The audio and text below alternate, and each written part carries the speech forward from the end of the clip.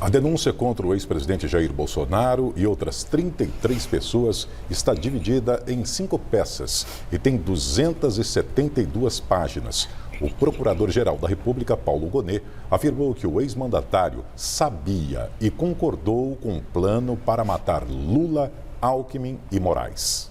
De acordo com o chefe do Ministério Público Federal, as investidas contra o sistema eleitoral brasileiro começaram ainda durante a campanha presidencial de 2018 e persistiu na narrativa infundada de fraude após ser eleito e que se intensificou em 2021. Para o procurador, o 8 de janeiro era a última esperança da organização criminosa. Jair Bolsonaro foi acusado por 5 crimes. Hoje, o ministro Alexandre de Moraes deu início à primeira fase de tramitação para a possível abertura de ação penal contra os denunciados, que foram notificados hoje. O ex-presidente foi notificado pessoalmente na sede do PL em Brasília. O ministro Alexandre de Moraes abriu prazo de 15 dias para que os 34 denunciados ontem pela Procuradoria-Geral da República apresentem suas defesas por escrito. Em caso de contestação a trechos da denúncia por tentativa de golpe, a PGR terá 5 dias para responder aos questionamentos. Após este prazo, Moraes vai avaliar a acusação e os argumentos da defesa. Só depois ele libera o caso para ser julgado na primeira turma do Supremo. Não há prazo para essa análise. Caberá ao presidente do colegiado, ministro Cristiano Zanin, pautar a matéria para julgamento. O colegiado tem 5 ministros. Além do próprio Alexandre de Moraes, relator do caso, e de Zanin, a primeira turma ainda é formada pela ministra Carmen Lúcia, Luiz Fux e Flávio Dino. Se a maioria aceitar a denúncia, ou seja, 3 dos 5, tem início um processo criminal contra os acusados,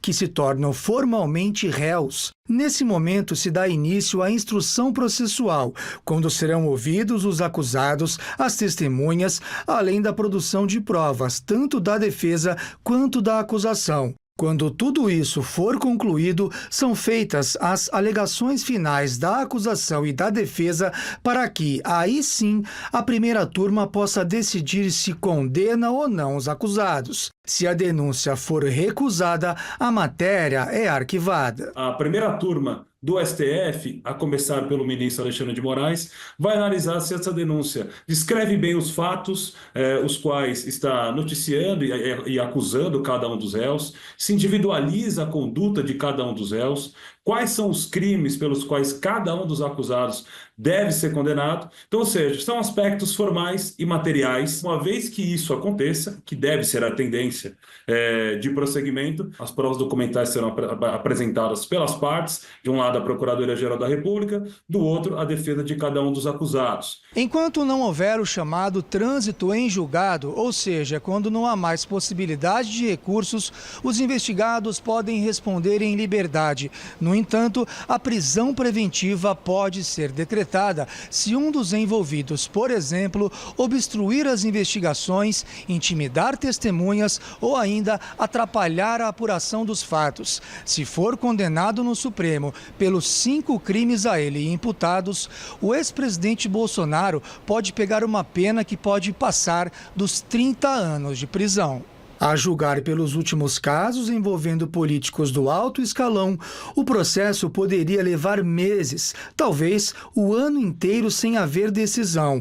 O advogado criminalista Rafael Valentini acredita que, em virtude das eleições de 2026, uma tendência pode ser de que o STF tente acelerar ao máximo as análises para que o resultado não interfira no pleito. São muitos acusados, serão muitas audiências, mas imagino que haverá uma força-tarefa, um empenho para que haja uma conclusão e não fique isso para depois. Ano que vem há eleições presidenciais novamente, então é possível a gente avaliar que a tendência é que o STF queira concluir esse processo antes do início da corrida eleitoral de 26, para não haver uma interferência deste processo.